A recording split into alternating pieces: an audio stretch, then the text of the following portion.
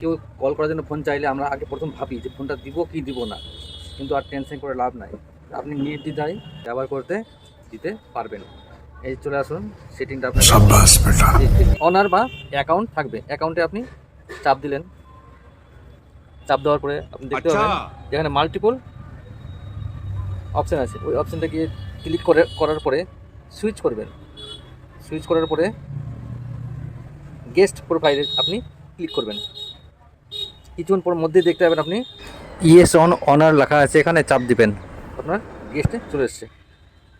কিছুক্ষণ আপনারা ওয়েট করবেন আমার মতো, তখন আপনি দেখতে পাবেন যে আপনার ইউটিউব কোনো কিছুই আপনার আসবে না, হোয়াটসঅ্যাপ ফেসবুক ইউটিউব কিছু আসবে না, পুরোটাই নতুন মোবাইল হয়ে যাবে। তাকে যে আপনার কাছে মোবাইলটা চাইছে তাকে আপনি মোবাইলটা দিতে পারবেন।